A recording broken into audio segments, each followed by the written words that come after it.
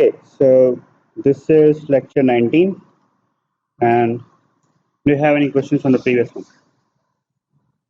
Anything? No questions. So is it like all? Is this going all? You are understanding everything, right? If there is any question, feel free to ask. Okay, so we will continue our discussion on the building blocks of PLL and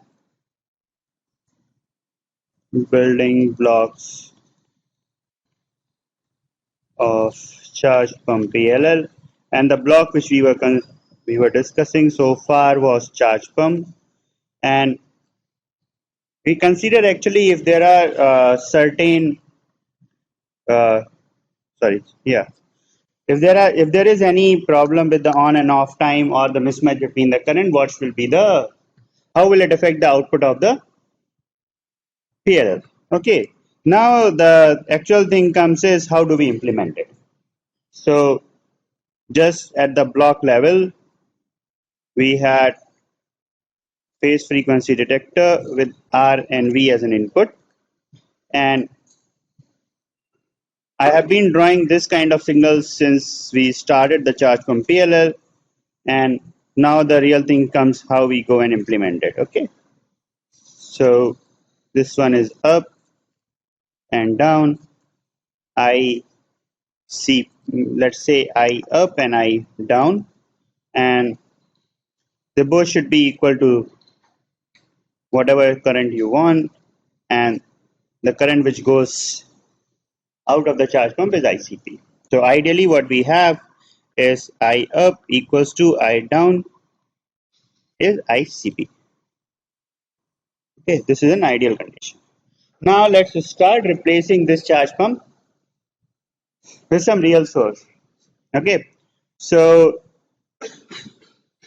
if we want to have any current source, so the thing is from this particular, at least the block level, you know the two things which are required in charge pump is a current source, means ideal current source more or less, and both PMOS, okay, top or bottom, so this will be PMOS and NMOS. And the other thing is you need is a switch to switch the current source into the loop filter, push the current or take the current out of the loop filter. Okay, so this switches, so ideally this switch should have R on equals to 0 and R off is infinity. That's what you require. And for current source, the output impedance of current source should ideally be equal to infinity. This is the basic requirement. Okay. Now, let's start with it. So can you suggest what current source I can go for the top part? This one I am asking right now. How can I replace this? Just a simple thing, right? So I need a current source. I use a PMOS current source. Okay. And if it is a current source, this one is signal is VDD. So this is some VBP,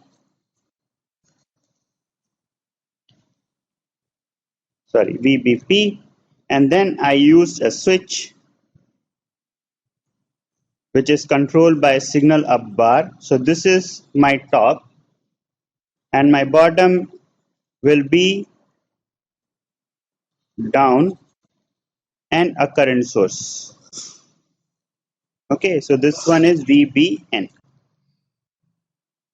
So M0, M1, M2, and M3. This one is ICP. Okay, and this kind of current source is normally called as a drain switched current source, drain switch charge pump here.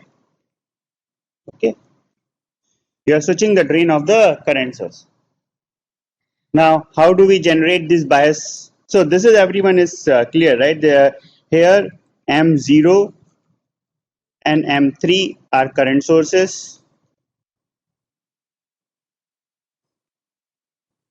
and M1 and M2 are switches. Okay. Any? Okay. Yeah. So now we need to generate this bias potential for a fixed current source. So the way ahead is that I have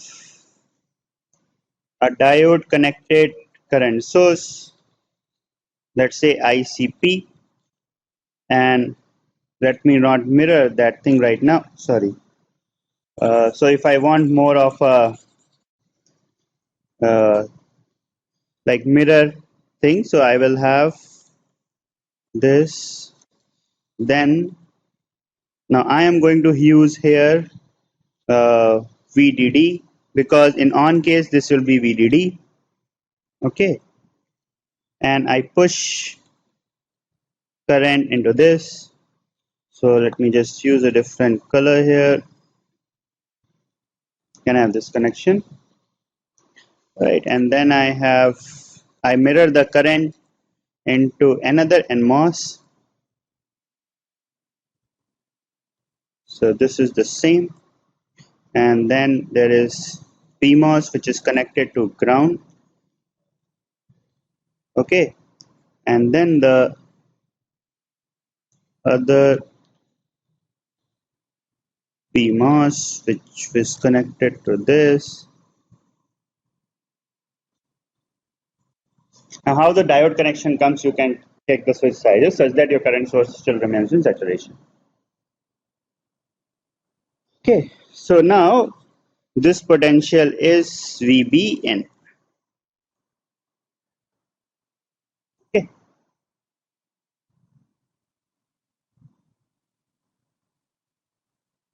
means you need to maintain the current sources in saturation, and I am putting this in 1:1 ratio right now, not changing anything.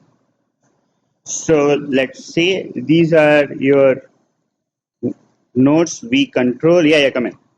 So this one is Vx, Vy, right?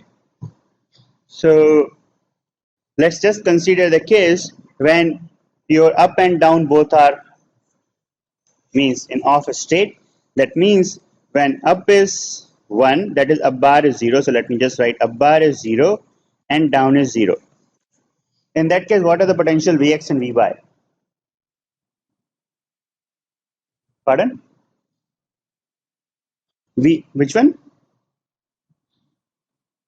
Sorry, yeah, you're right. Up bar is 1 and down is 0. In that case, this is the off state for the charge pump, right? So in the off state of the charge pump, your Vx node is 0 and Vy node is 1, and your charge pump V control node should be whatever it was in the reset state, some finite value. So let me just say this is the case in off state. So when you go from off state to the on, so okay, in the off state, these are the potentials. So M0 and M3. So do you get it right that even when the switch M1 and M2 are off, the Vx potential will be 0? Is there any no confusion?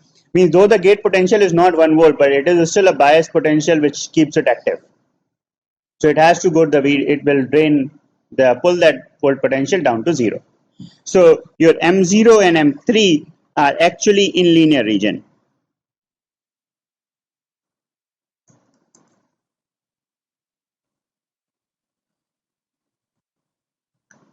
Okay. Now the other thing is, now since they are in linear region, so when you go to the on state, there is a time when it goes from the linear region to the saturation region. And the current source performance is guaranteed only in the saturation region.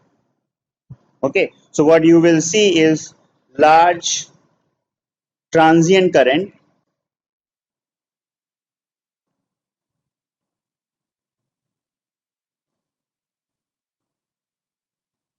during switch on time, during switch on.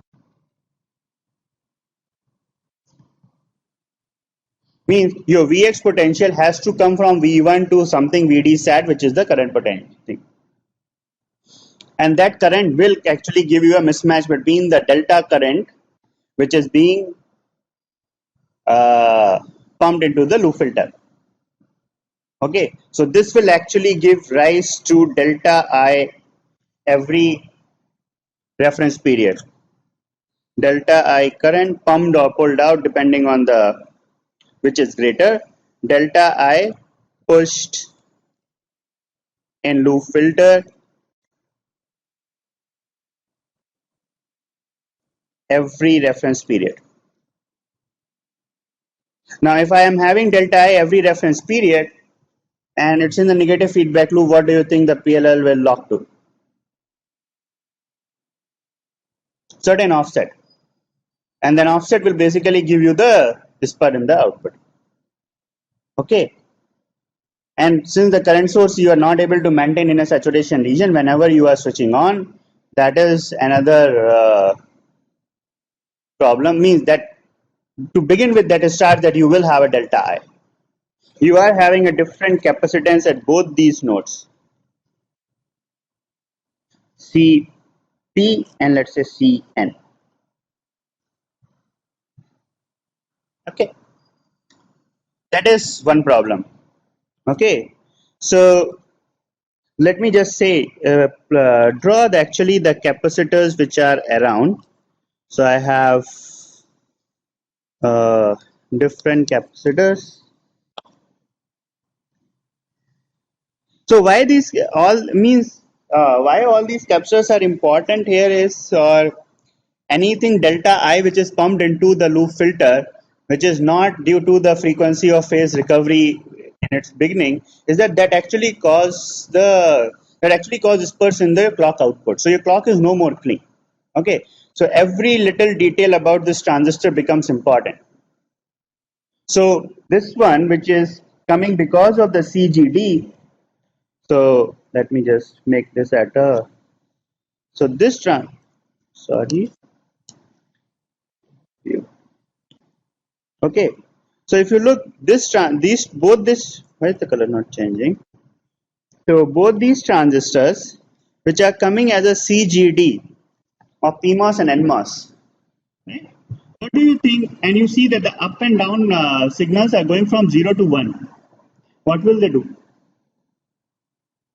Up and down are well defined signals, they are the clocks, right? And you are having CGD which is different for PMOS and NMOS both. So what this clock signal will do at the control node. So what I am showing you here is that I have a MOSFET and there is some okay, this is a loop filter, so you can say there is some capacitor here and this is CGD and this signals is going on and off every reference period. Okay, so this will cause you a delta charge injected in the filter, and this is as with the clock. So this is called as clock feed through.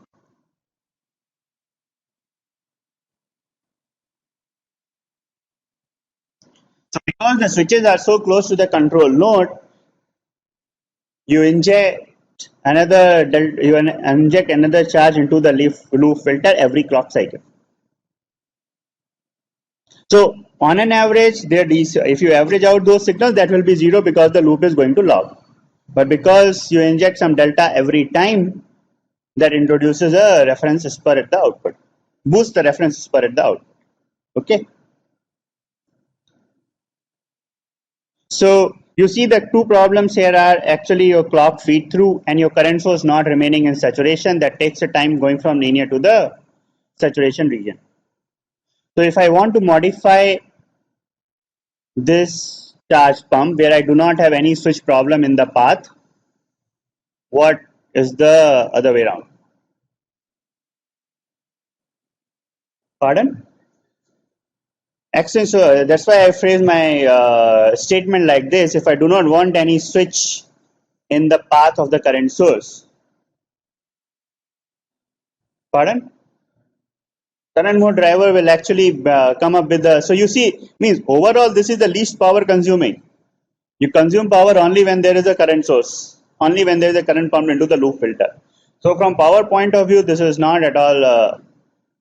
So as soon as you shift to a current source, you will surely go to a current source, but you make the trade-off only when it is not possible to do with the this logic. Okay, so let's try to do that. You can bring the switches on the mirror side.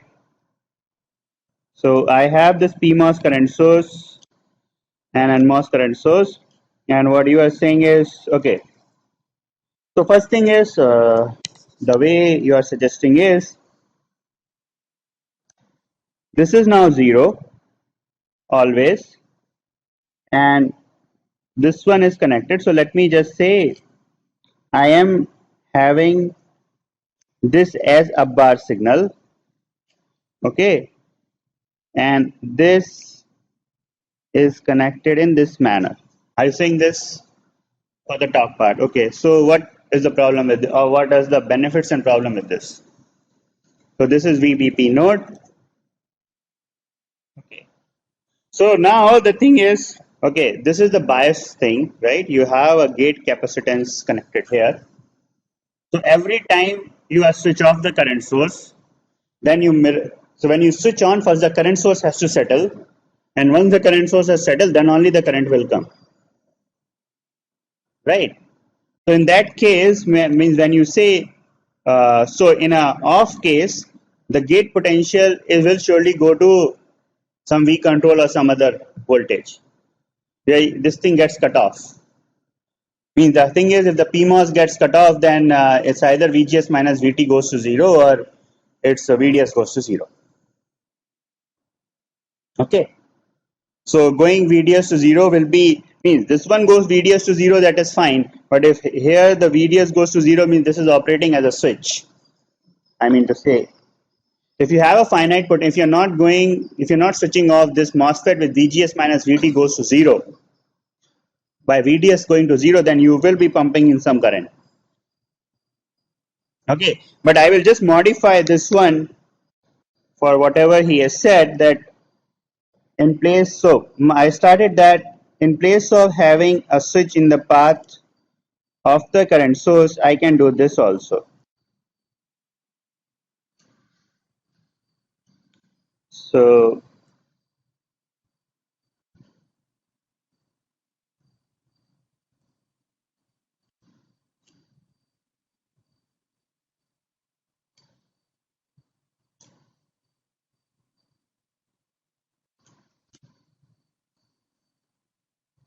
this one is me.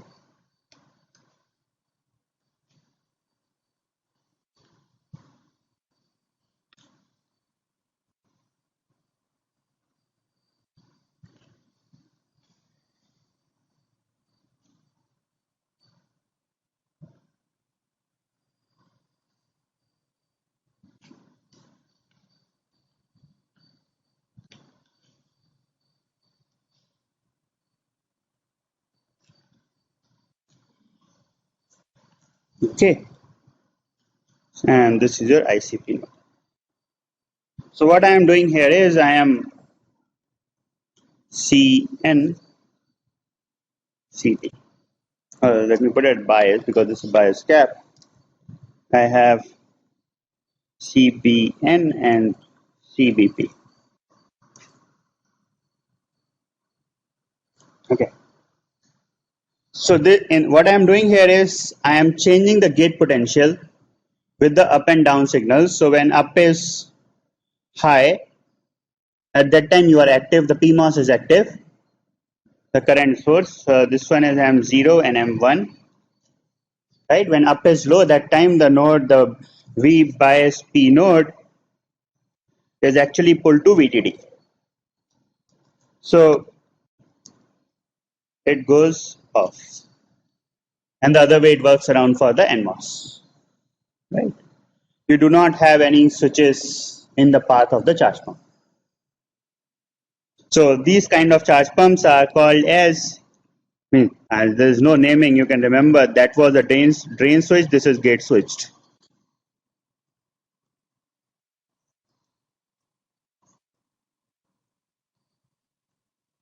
So you can say, I will try to put switches everywhere around and see which one works best. And I'm going to choose that. So in this particular case, what, so in the off state, right, your VBP, so here let me just make M0 and M1 are current sources. Okay. So in off state, VGS for NMOS is equals to 0 and VGSP for NMOS is also equals to 0, right? Because I pull that to VDD. I can pull it to some other potential such that VGS minus VDD equals to 0. For right now, I just pulled up to VDD. Okay. So, but what about when it starts operate? I mean, when it starts goes from off state to on state. What can you comment on the region of operation for M0 and M1?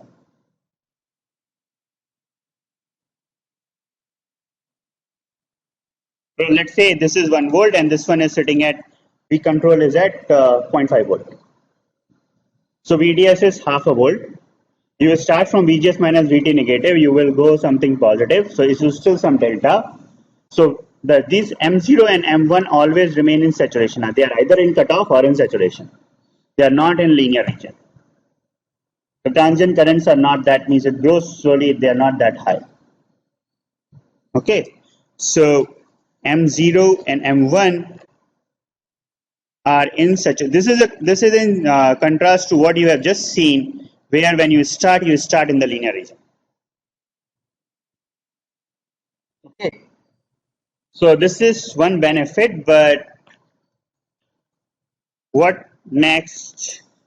So when you go from off state to on state, how do you think the VBP will change? What are the kind of transients you will see on VBP and VBN? Slow, fast, or so why is it slow on VBP? Means, pardon? It's like an RC because you are seeing the GM from the left side or something.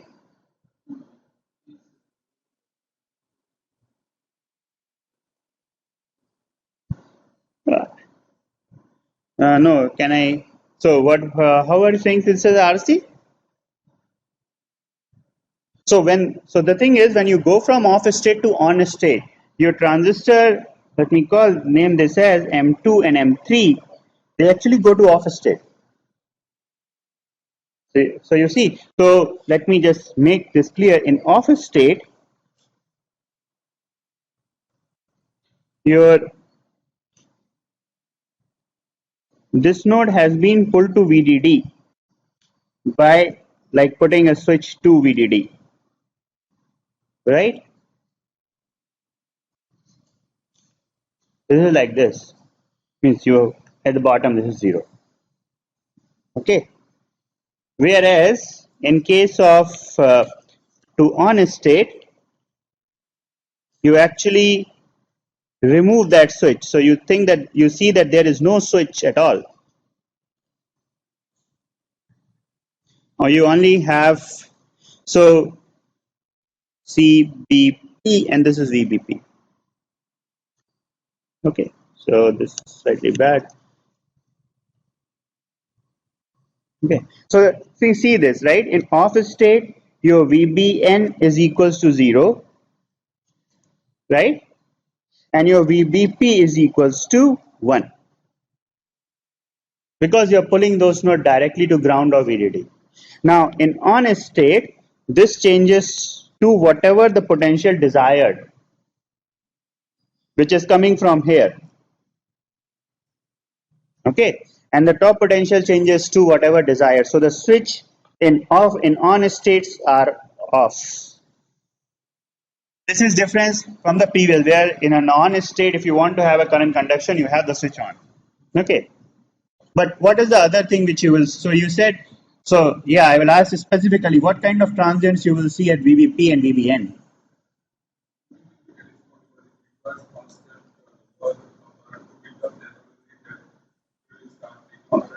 Okay, so let's say I give the current to VB. So start one by one, right? So the thing is, let's say they get off, and now I am looking at once they are off, how the current changes. So as you said that your M, let me just call this as M4 and M5. First your M4 will start conducting, and in response to M4 the current conducts from M5, and then the potential will keep changing. Okay, so at any given point, now this is like, because the current is still not, when you go from t equals to 0, some t, from I equals to 0, some I finite, right? But these transistors are all in saturation. So at any given time, if you are looking the GM of these transistors, you can define GM for the saturation region. So the settling of this PMOS and the NMOS current source actually, no, okay, so these are two different things. One is a large scale picture, other is a small scale picture. Okay, right now I'm just showing you the small scale picture.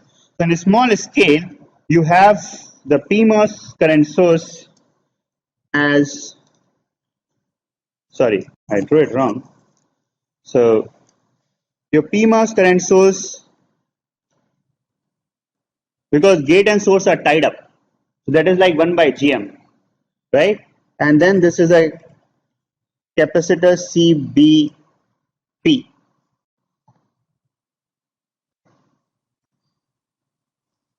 Okay, so the settling at this node VBP is in proportional to your, if you are looking the time constant of this, the time constant is RC, and R is 1 over GM, so C by GM. This is for the small scale picture. In large scale, it will keep on changing, the GM will keep on changing, right? This is just to show you that the settling at this particular node is inversely proportional to your GM. Sorry, the time constant is inversely proportional to your GM. If you want to settle this faster, you need a larger GM. If you need a larger GM, that means you have to conduct more amount of current in the bias circuit. Conclusion is from this circuit is that. Okay, and the other thing you can say that I am settling at the, so one thing is faster settling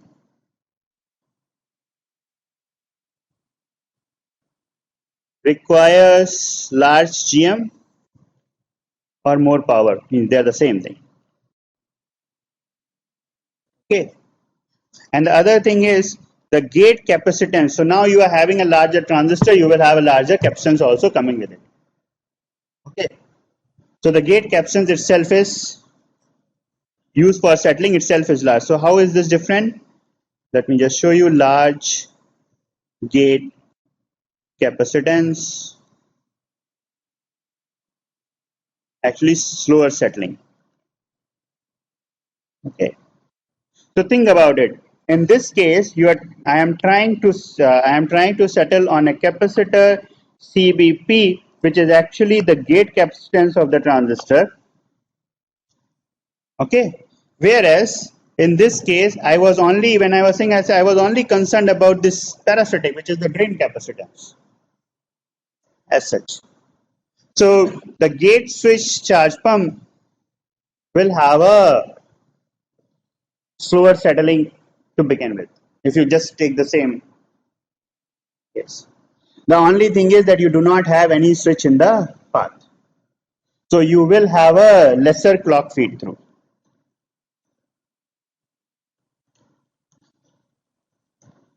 That is only gain from this circuit.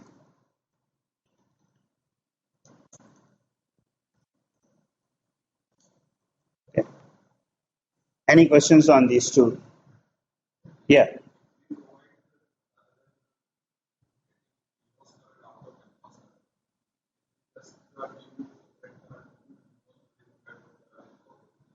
No, so the thing is, so that's what you said, right?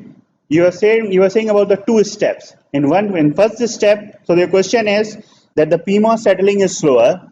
Okay, PMOS settling is slower from the time you switch on for two reasons. One reason is that first your NMOS current source has to start conducting. Okay, because that was initially pulled down to 0, and in response to the NMOS current source, then the PMOS current source will get active. Okay, so that is surely there, the total time is there. So if you take the PMOS independently, you can do that. Agreed. But here the settling point, here the thing is how the node settles itself. Let's say you are having a current. Okay. When you are having a current, then how the nodes VVP settle. That is dependent on the GM of the PMOS and your capacitance at that point. Okay. So this is only for the second part thing. The first part, yes, it is basically this, the PMOS settling will be in response to the NMOS settling. Okay. We can change it, but then the thing is the matching between the currents, you have to do something else in the circuit to get I up equals to I down. Means in all these circuits so far I didn't say that I up is not equals to I down, because you have to deal with that in a different manner.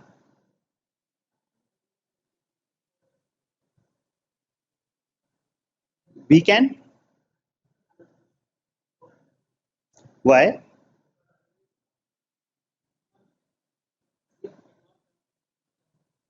Pardon, go ahead.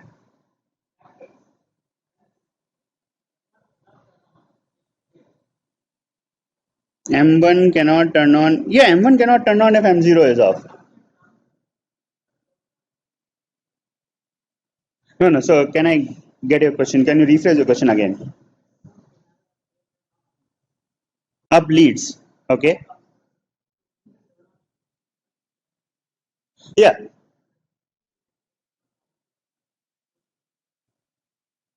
Because in this case, your M1 always turns on later than your M0.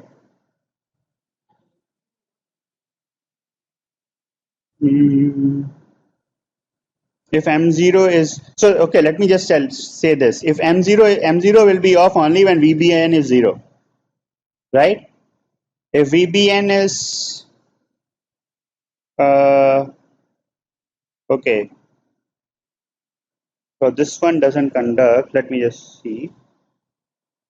Yeah, I think you are right. So in this case, if M0 goes off, I cannot have this thing. So okay, yeah, that makes sense. So what he is saying is that in this case, consider the case when your down signal is means down is low.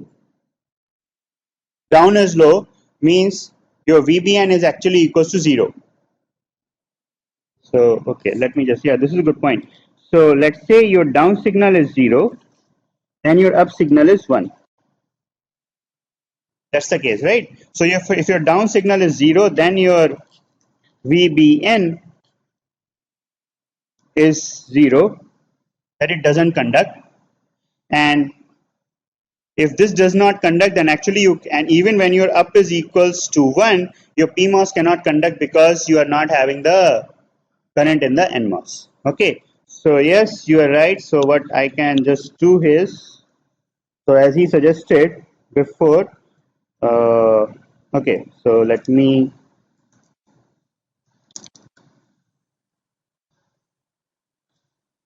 hmm, so I can do it multiple ways. Either I can have a switch in between. So okay, one quick fix for this circuit would be that I put a switch in between.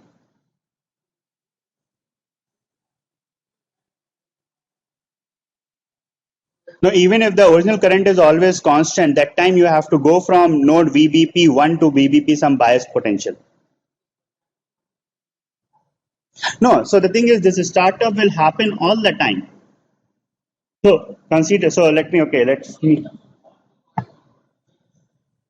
No VBP. So let's see. Okay, let me just draw the circuit which you are talking about so that it becomes clear. So let us say this is diode connected, and I have a fixed current source always, right? If this is the case, now I am switching this. Now this actually gets independent of your down signal. Okay, so this one is up bar, capacitance CBP, and VBP is the bias. So when your up is high, so let me call this as was M1, this was M4, and let's say this is M6. Okay, so when your up is high, your M6 and M1 are cut off. This you agree, right? And all the current node actually all the current flows through M4 like this. So what you have is PMOS M4 connected to a current source, and this is 0. So this potential, if it is a switch, this should ideally be VDD. Now from this state, we are going to, this is off state, and we are going to on state where this is some potential VBP, right? So your transient is from VDD to VBP, some transient. Now that transient settling is dependent on the capacitor and the amount of current.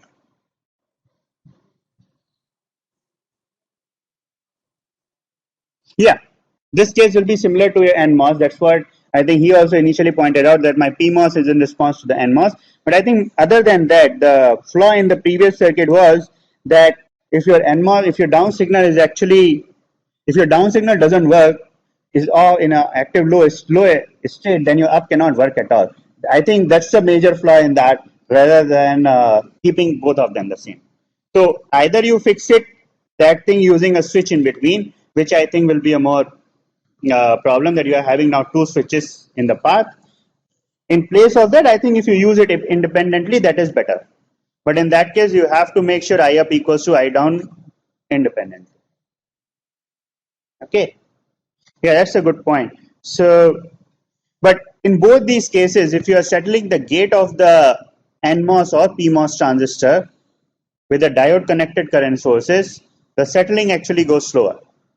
So this kind of charge pump, it's difficult to make them work at a higher speed. The benefit from both of them is your clock feed through is lesser because you are not switching in the main current path. So your reference spur will be, means the delta which is increasing your delta I, which was increasing your reference spur, that will be lesser. Okay. So now the only other place left to switch the current source is the source. So let me, any questions in this? So the next one is source switched current source. No, I'm writing this as current source, this is charge. Yeah.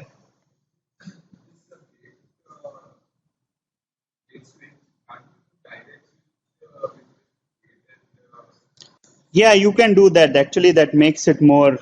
So one other thing. So let me, okay, before I start this, so another question is that, let's say I have a PMOS current source, which is always active. Is this off? So yeah, a PMOS current source, which is always active.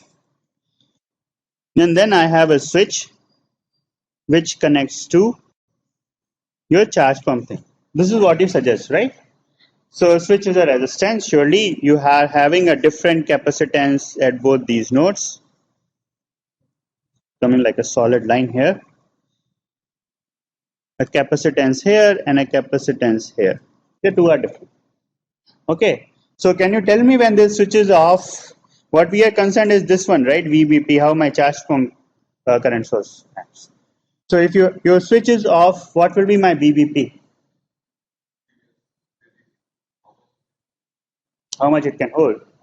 So it depends on what is your, it means it completely depends on at which instant of time you are measuring.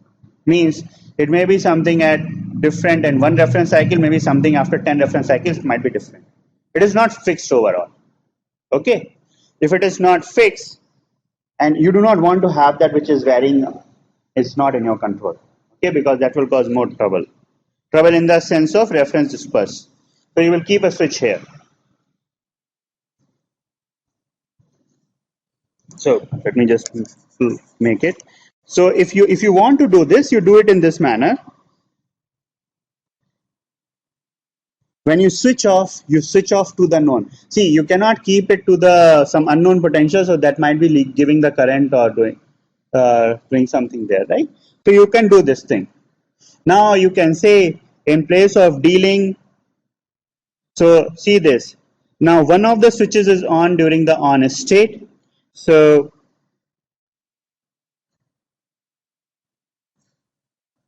what is the clock feed through in this compared to, so let me just, I think it very much depends actually. So in the previous case, the switch was there. So now you are having two switches which either of one of them is on. Okay, so clock feed through will always come through CGD in this case also. Okay, but now what is the settling requirements? In for settling thing, what you have done is you have, this is 1 over GM, you introduced a resistance in the path and then you are settling. Okay, this is some R on, this is still 1 by GM, and you want this node to settle in active state. So whether this settling is easier or the previous one, you will have some finite R on, means you cannot make it maybe a 10 ohm or something. If you are trying to have a 0 ohm, your capacitance will be very high to switch. Okay, so you get the difference, right? So you're set as soon as you're putting two switches there in this manner, your settling is going to be slower.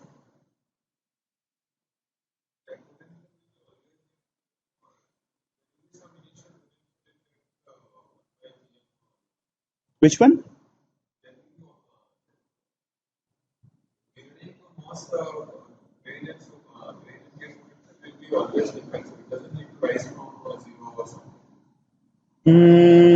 No, VBP was VDD in an off state. So in the off state, you cannot keep VBP as ground. You keep it VDD.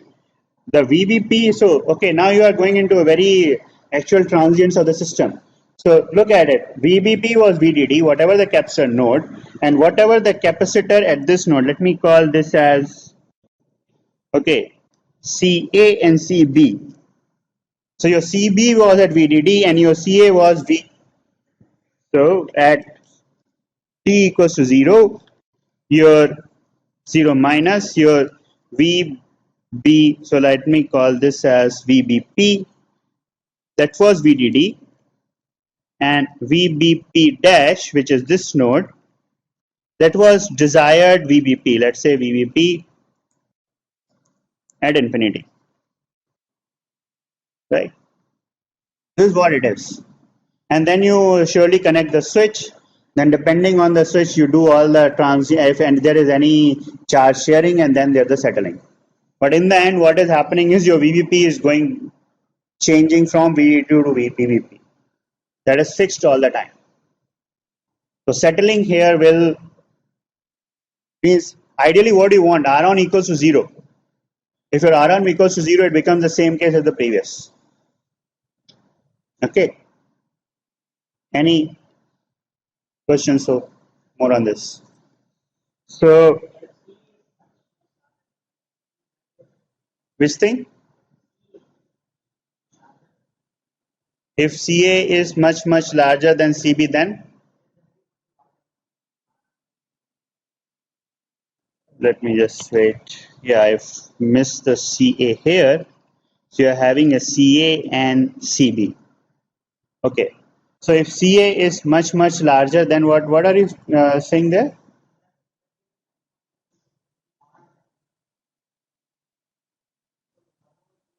So that is okay. So okay, what you are saying is that VBP dash nodes roughly doesn't change and VBP settles. But let me put it this way: it doesn't change is not an ideal case. Okay, it's not a real case. Sorry, it's an ideal case, and it will means it will reach. So the changes might be like this. So let me just say your V, it starts from, so either you go, let's say you go like this, settle to VBP, right? Or you take a sharp jump Okay, and then your time constant can be like this. The initial jump which you are talking about, that initial jump is the charge sharing, but the final settling is RC time constant. So that's what I'm trying to say. Let's say you put R on equals to 0. That's an ideal case. And as soon as you switch on, you say there is a charge sharing and the potential just jumps to a very high value. But what's the final time constant? Settling to a final value. Because the problem is not that what is the initial jump. Problem is what is the final settled value, because these final settled values are going to cause you a delta I, and the delta I is the trouble. Okay, if they jump to, if both the things is like if it is not settled, if it is settled to some value which is not going to change, whatever that error is, that is fine. But any delta I is a problem between I up and I down. If they both settle to the same value, it's okay. That is, see, it's like this. If I up and I down, so let me just say this way. Like, ideally, for a given loop gain and bandwidth, you need I up and I down equals to ICP. This is an ideal requirement. Okay. Now, if I up and I down both settle to, let's say, 90% of ICP in the time required, right? This is going to change your loop gain and other loop gain and bandwidth, right? But this is not going to cause you disperse. Okay, so there are again, means this is, I'm making a very general statement. As your loop gain and bandwidth changes, now you need to quantify how much the loop gain and bandwidth changes while settling to 95% or 97%, right? So as your bandwidth changes, this will cause a change in the bandwidth and then the reference spur. Means the reference spur which is coming from what other sources, it feels the suppression is dependent. But if, let's say, I up is equals to 0.99 ICP and I down is 0.98 ICP. Okay, this delta I of 0.01 ICP is actually going to cause you the offset in the final settle list and cause you more spur. Okay, even you may be having a more bandwidth or bandwidth as desired or whatever it is, right? But the source of the reference spur is already increased. Now, whether the bandwidth change helps you or worsens the spur, that's a different case. Okay. Yeah.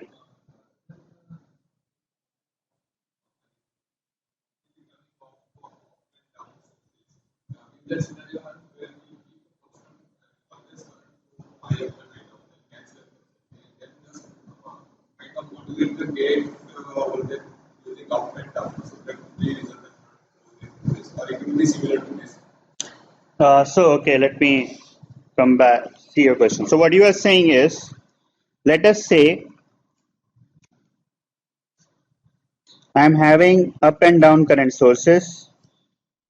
Okay, means let me just say I am doing this because this is VBN as a bias. Okay, this scenario will work perfectly for your example. I am having VBN and VBP. Okay, and now this up signal, whatever up signal is coming. So this is what you want to say, that there is a constant I naught current flowing, and what flows out ICP, that is, okay, let me just write it. ICP is equals to GMP times now the up signal V up minus GMN times V down. This is what you want to do, right? So can you suggest what is the benefit and what is the problem with this? Everything comes with a trade-off. Huh? Noise? Okay, so that's a good point. So let's say, because,